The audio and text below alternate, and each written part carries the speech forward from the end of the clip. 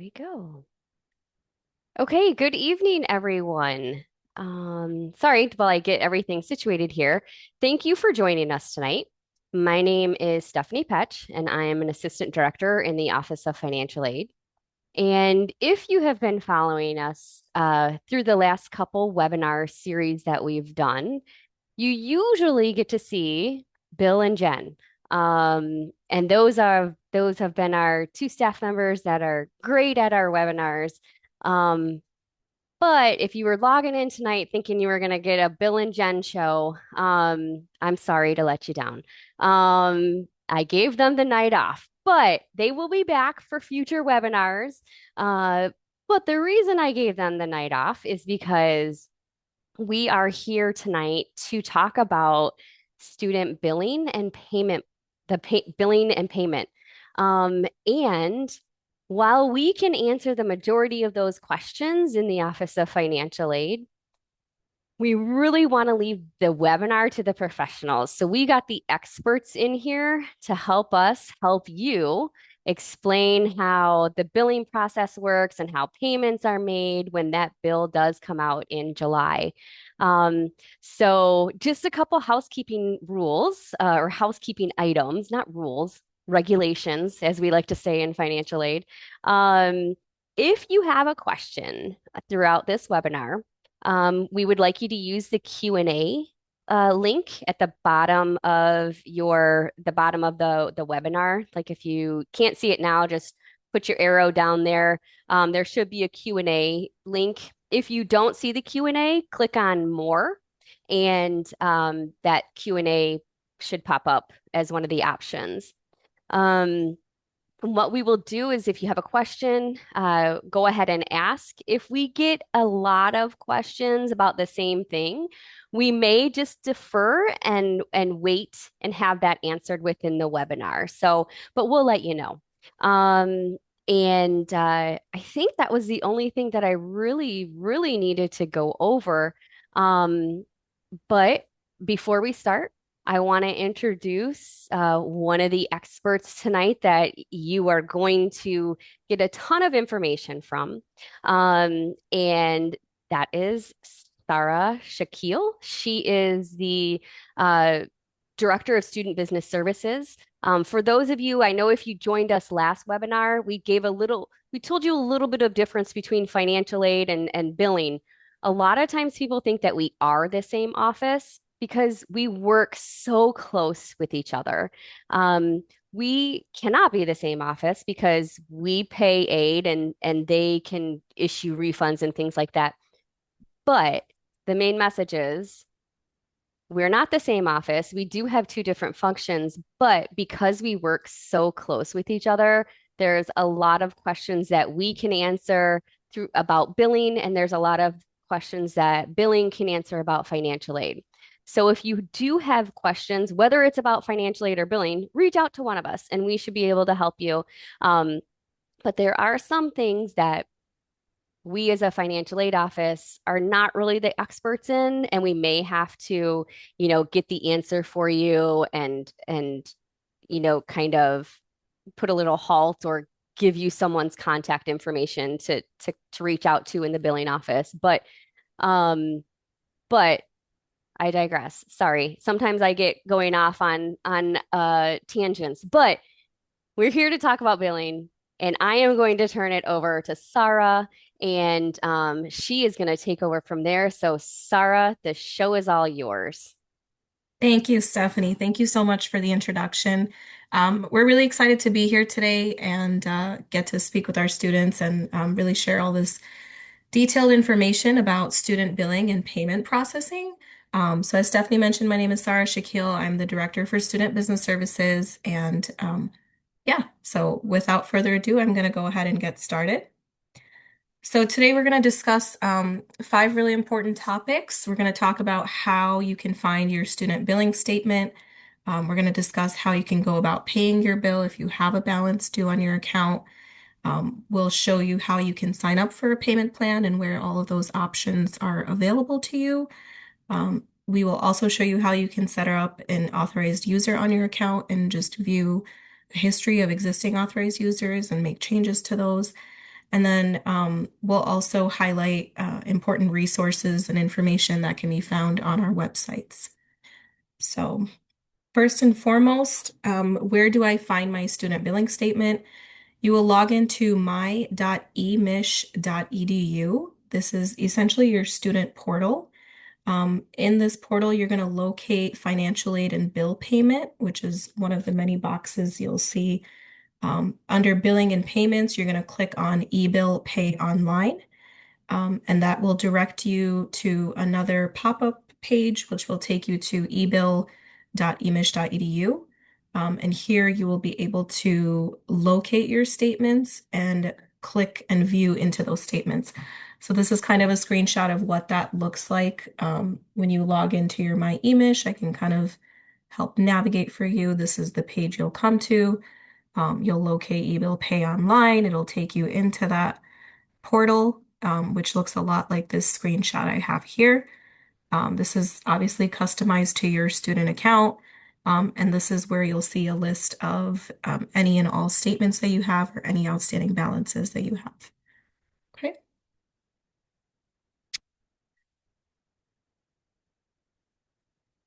So my account didn't have any statements, but I wanted to show you guys one that did. And this is kind of how the statements are outlined.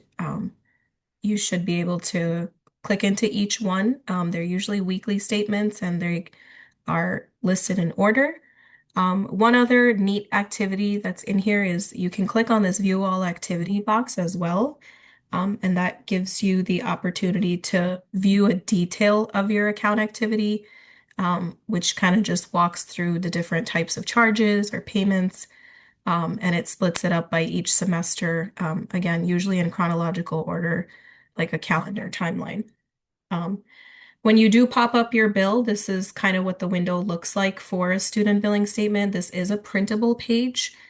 You can print it as a PDF file. It shows your student ID on the top right. And then again, the invoice will display any charges and payments or credits that you have for the term. If you do have a past due balance, you'll see that towards the bottom half of the invoice.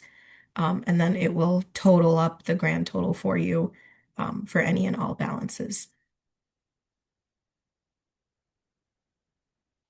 The next thing we're going to talk about is how you can go about paying your bill. So again, you're going to go into opening your student account, which is through the ebill.emish.edu. Your My Account page is kind of like your main page that will summarize what's going on. It'll have an announcement on the side that'll always show you your billing due dates. You're going to locate the student account section, and this is where you'll see whether or not you have a balance due. And this is where you'll click into to make a payment. That's going to open up another URL page, which will take you into an account payment detail page. It'll ask you, the payment date, the amount that you're trying to pay. You can add a brief note connected to your payment, click continue. And then once you click continue, the next page will ask you to input your payment processing information. And I don't have a copy of that page, but once you click continue, you should be able to put in your credit card information and click submit. And it'll tell you that your payment has been submitted.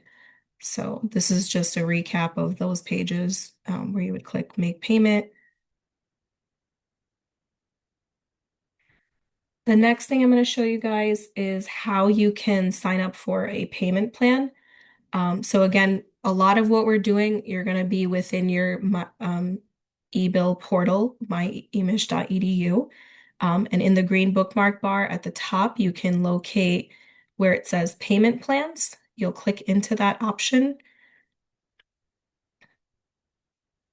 and you'll be able to see what payment plans are available to you for that semester and which ones, you can enroll in.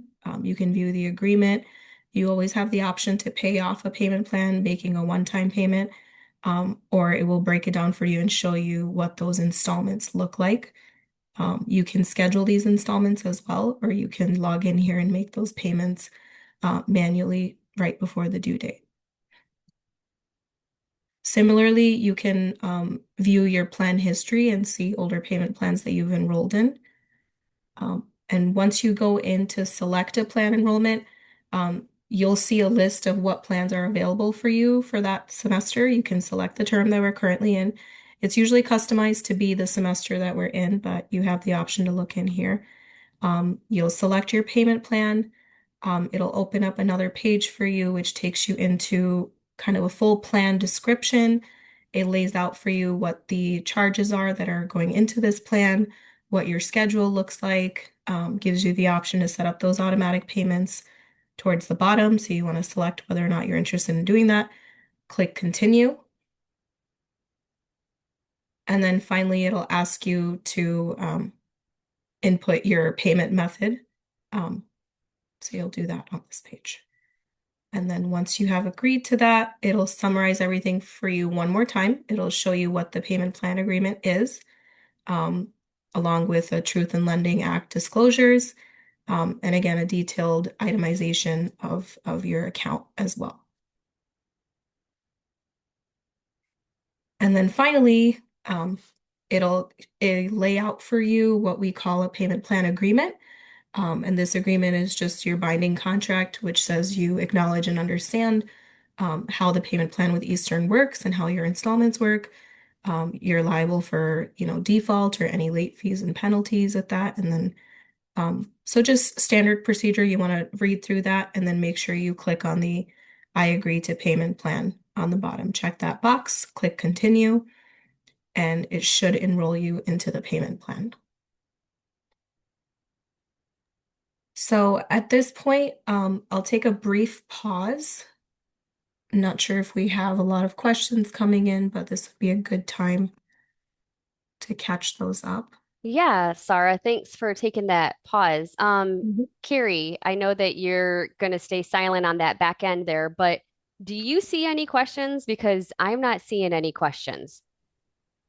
No questions. Okay, but Okay. Sarah, I know that means you're doing a great job. Um, but Sarah, um I want to make sure that parents understand when you go into that portal, that is on Yeah, the student's end. correct. Because you've been saying student portal, so we understand that. So when Sarah is talking about going into this My Emish, this is on the student's end. Because, Sarah, can you explain who gets the bill? And then another thing that I think that it might be good to touch on is because you did go over how to pay the bill. Hmm. Um, and maybe some people saw that there was a finance charge on there if you chose the credit card option. What could be an option for a parent if they don't want to pay that credit card fee that's associated with paying their bill. Like Gotcha. so just kind of maybe touch on those Yeah. two things. Okay. So yeah, the My Emish portal is indeed a portal specifically for the student. Um, Parents do have an option to come in as an authorized payer, and I'm going to talk about that in a little bit. Um, so you would again click into here, and this is all into the student's account. So the student would have access to this login. Steph, I forgot your one question in between, but you mentioned Me too. when they Um, selected their payment plans, yes. Oh, you because said something about a finance charge. I'm yeah, sorry. remember, because if a parent or student chooses to Uh-huh. pay their bill with a credit card instead Right. of an electronic check, what is like, see right here, if you go Yeah, back I one hear screen, you. yeah, it just give them the options Okay. if they don't want to do that, pay with a credit card. Yeah, so we do have a few different payment options. And I have this linked towards the end of my presentation, but I'm happy to talk through it. If you go on our website and this link is shared, it does give you other options to make your payment. You can do an ACH payment, which is an electronic check. If the credit card payment does have a 4.5% application fee with it, so I know that's not attractive to a lot of people. We do still have the option of a traditional Dropbox payment method. This is a Dropbox on campus um, that you can put a check payment or a money order into, or you can send in your check payment or money order to our mailing address, which is also on our website here. So those are a few other options that are available to students or parents. to make that payment. So that will kind of help us transition into the next part of this, which is if you are not a student, you still have the option to be able to look into your student's account and you can be set up as an authorized user in that student's portal. And the way that that is set up, obviously, the student will have to set you up as an authorized user. So on their main account profile page, you'll see My Account Setup off to the right side. And you can click on where it says Authorized Users. And once you do that, it will show you either a list of existing authorized users, um, or it gives you the option to add an authorized user. And it looks just like this. So it says you can give others, including parents, employers, or guardians, the ability to access your account information in compliance with the Family Education Rights and Privacy Act. You would enter their email address, and then you as the student get to dictate what you are giving them the ability to see. So they have the ability to view your billing statement, your account activity, your payment history, and your payment plan communications as well. Okay.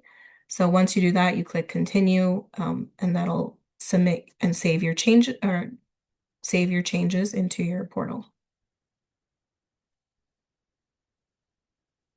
A pop-up window will appear and it gives you an agreement to, again, just another agreement to show you um, what you're agreeing to essentially for adding an authorized user.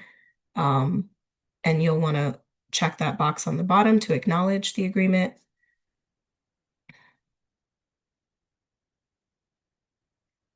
Hopefully there's no questions about that part there.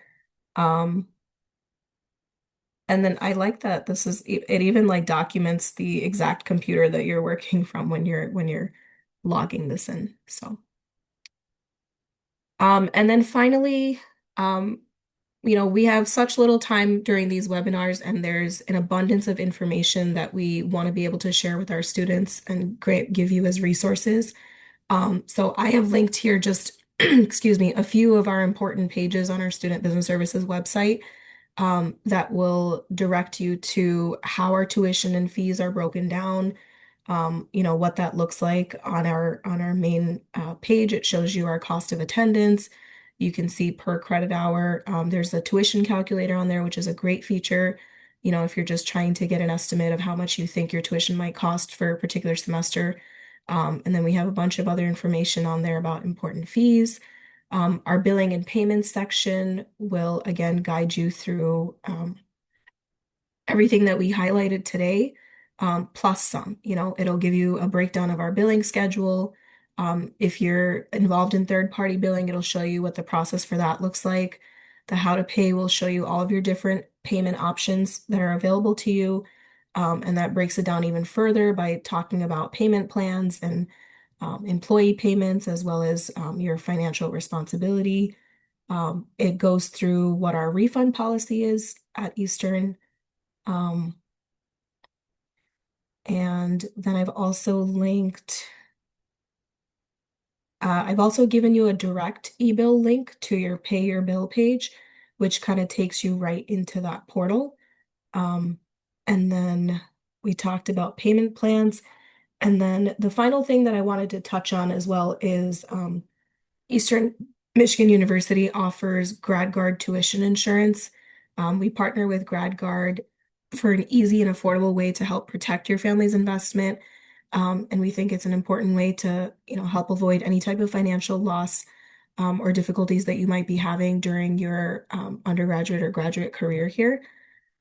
So it's highly encouraged that you take a look at this page and definitely check out their website, which will give you more information specifically for Eastern, and how you can go about seeing, what the tuition insurance packages offer. And these are customized, for our school, for our students, keeping them in mind. So really great information on that as well. If you have any questions or concerns regarding that, we do encourage you to call their phone number that's available here, or we speak to one of their tuition insurance specialists. Since GradGuard is a third-party company, they'll be able to better assist you with answering very specific questions related to your insurance options. But other than that, if there's no other questions, this is everything I have for you guys. I've also included some contact information for the financial aid office, student business services, and our service EMU team at the student center as well. Yeah, thanks, Sarah. And before everyone thinks that this is over, guess what? I'm going to talk a little bit more. Um, that was great information. And we did get a couple questions that I want to make sure that every so that everyone knows what the how the process works. So you got your billing information, you know how to get set up on a payment plan. Um, Before I forget, yes, this webinar is being recorded. And yes, it will be posted out on our financial aid webpage, and Student Business Services will get it posted out on their site as well. So all that information that, if you want to click back into it, in another week and watch it again, because we are so exciting. And this information is so valuable that you want to learn it over and over again. But it'll be out there. But just give us a couple days to get it out there. I can't do it myself. I am not that tech savvy. So I have to have someone in my office do it. Probably the same for student business services too. So, one thing I also wanted to go over really quick is, how does financial aid fit into this, right? And how do you know, like, what is that process? So, um, as I'm sure Sarah mentioned, and if she, I didn't really, I was answering some questions on the back end with Carrie, but your billing statement. If your son or daughter is registered for classes, they will get a billing statement in July. Um, if you plan on using a type of federal loan, or if you got a scholarship, if you have Michigan Achievement Scholarship, uh, those those funds should show up on your bill as ready to pay, as estimated aid. Is that what we kind of call it? What is estimated financial aid? So in this situation right here, this student has $500 of estimated financial aid, and that means that if we paid the bill on that day, the day that you're looking at this bill, $500 in financial aid is ready to pay to this student's account. So when the bill comes out and you have your balance, and you know that your son or daughter is getting financial aid, meaning grants, scholarship, loans, if you know that they're borrowing those things or getting that type of funding, but you don't see anything under estimated financial aid, you should contact our office, because that means if nothing is showing up on that bill, that means there's something going on with the account. And if we were to pay aid that day, there would be zero aid that would pay for your son or daughter, because that is showing zero. Now, if you see the balance and the estimated financial aid shows, $6,000 between scholarships, grants, loans, whatever, and you think that's right, then nothing to worry about. That means you've got things are situated, everything that we've requested on the financial aid end is taken care of. So that's kind of how financial aid fits into the picture with billing. Uh, if your son or daughter is borrowing a direct loan in their name, or if you're borrowing a Parent Plus loan in your name, uh, the loan funds are going to come into the university and they're going to apply to the student bill automatically. If everything is set up and situated, all the requirements are met, it's going to pay to the bill automatically. If it overpays the bill, then then there will be a refund issued. If it's issued to the student, it will be or it will go to the student. Most of the times it goes to the student.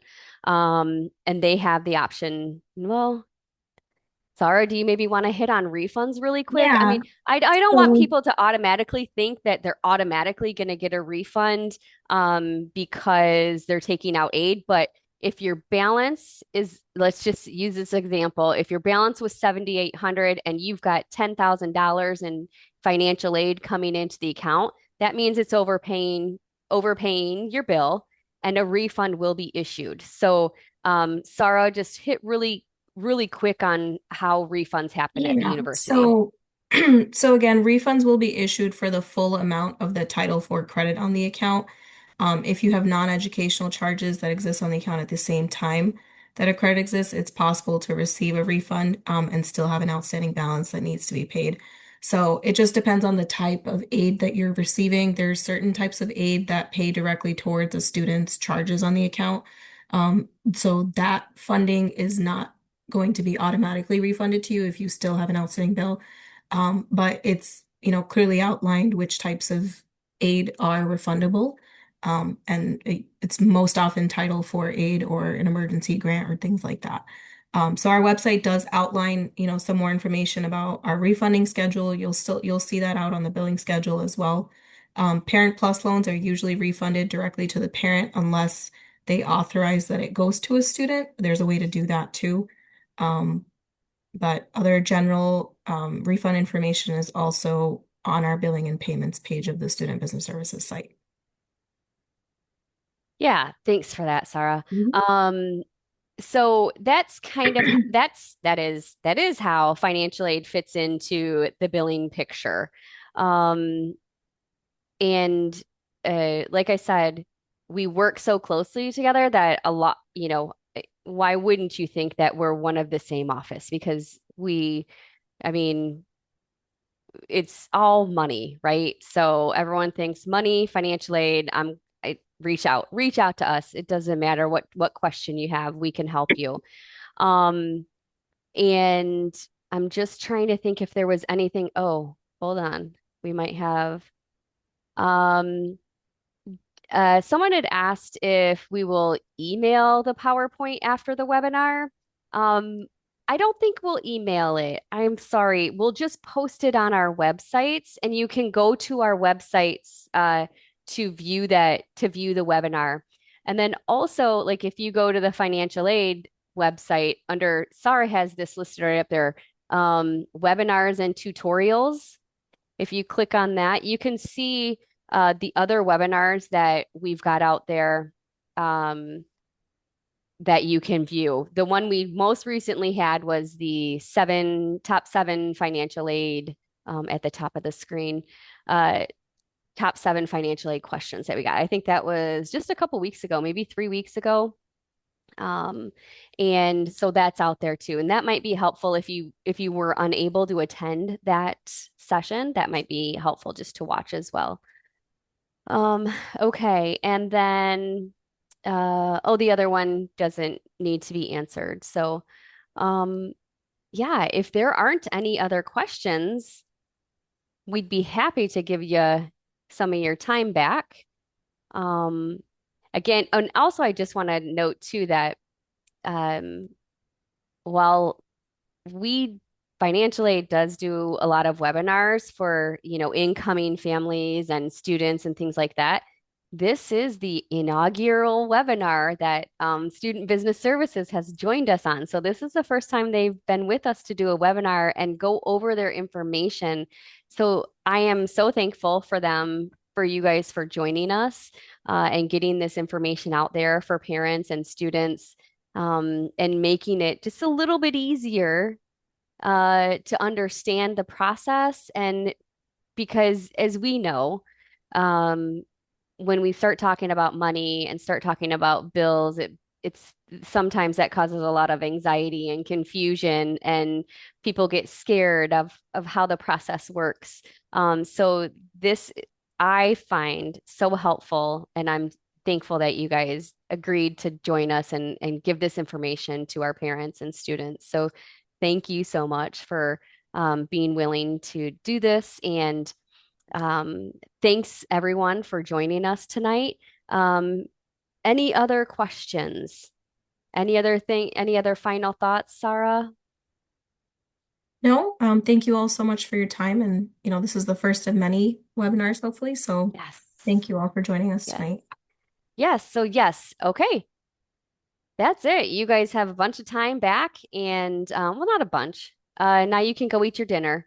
And we will get this posted out on our website shortly. So thanks everyone.